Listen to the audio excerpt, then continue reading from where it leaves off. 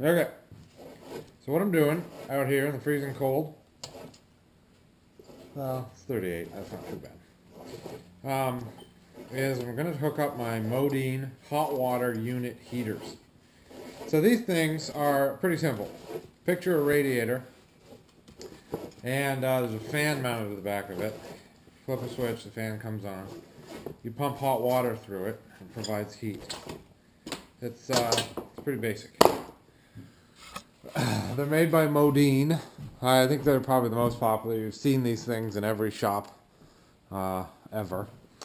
And as usual, I picked these up on Craigslist for next to nothing, pretty much. Basically, they were for sale with a propane boiler. And the propane boiler was $200, and these came with it. So I bought the boiler, gave it away, and essentially got these for $200. So I just looked on eBay today, and they sell for $425 used. So I'm pretty happy with that. So what I'm doing here is I'm plumbing the hot water lines. So basically these are going to tee like so. And it's a miracle that these come anywhere close, by the way. These were removed, and this is where these were. I turned this one a little bit here. It'll be a miracle if they don't leak as well. So anyway, I'm going to start plumbing these up so I can get some heat in here. So the garage has radiant floor heating through every floor, but I mean, I keep the garage at 38, 40 degrees on warmer days. That's all I need it to be, just above freezing. But when I come out here to work, I want to be able to go click and have it hot or warmer, basically. So that's what those are going to do. I hung them with half-inch threaded rod on some angle, bolted it to the floor joists. This is probably where the water goes in, and I believe it comes out on the top. I mean, it shouldn't technically matter which way they go in, but I don't have a manual or anything, so I'm going to put water in them, and I'm going to push air through them. I don't think there are more simple concepts. So, that's what I'm doing.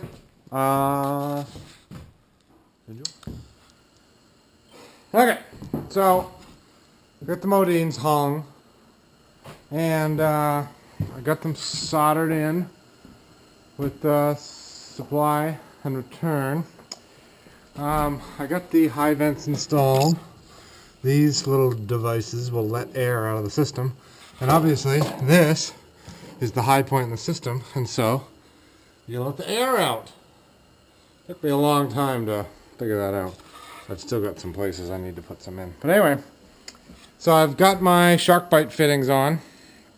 These are great. Excuse me. These are great transitions from copper to PEX. So from here, I'm going to run PEX all the way back down to the boiler. I've drilled 4 holes, one for supply, one for return for the Modines, and then a supply and return for this jungle of tubing here, which I will sort out later. That'll be the radiant for the apartment upstairs. Now,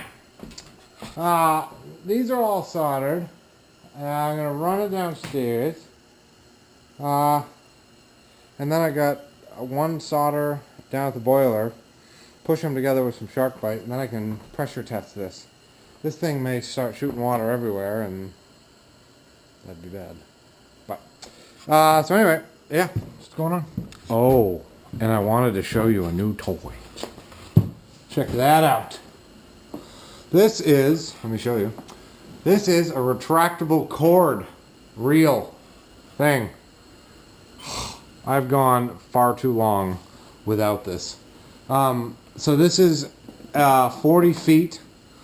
That will reach anywhere in this floor. Pull it out. It's an auto retracting. It's 12 gauge wire. And yeah, I love it. I was waiting for this to go on sale. Normally they're $99 at Northern Tool. Of course, I shouldn't say this, but you can never trust Northern Tool's prices because the next week it'll be $79. Anyway, I waited and it went down to $54, so I snapped 2 of them. I would highly recommend them. Although, sometimes when you pull it out and you put it all the way, it doesn't want to go all the way back in because it doesn't wrap up perfectly. But honestly, I think every cord reel does that. So anyway, yep. All right.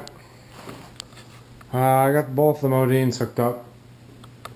They're all plumbed. I ran the pipes down to the boiler, hooked them up with the boiler, ran them up. All the high vents are installed, everything's soldered. But if you listen really closely,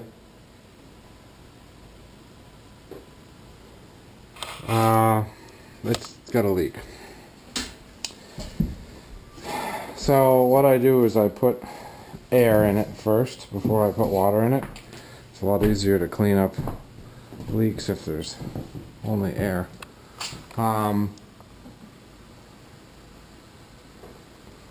Somewhere in that one there's a leak. Maybe you can hear it better if I did this. Which is, I can't even tell you how frustrating. I've got both of these wired up, both of them plumbed in, you know, and it's got a leak. So this is part of the deal when you buy stuff on Craigslist. You don't buy stuff new. I may have saved $1,000, but I did a lot of work for nothing.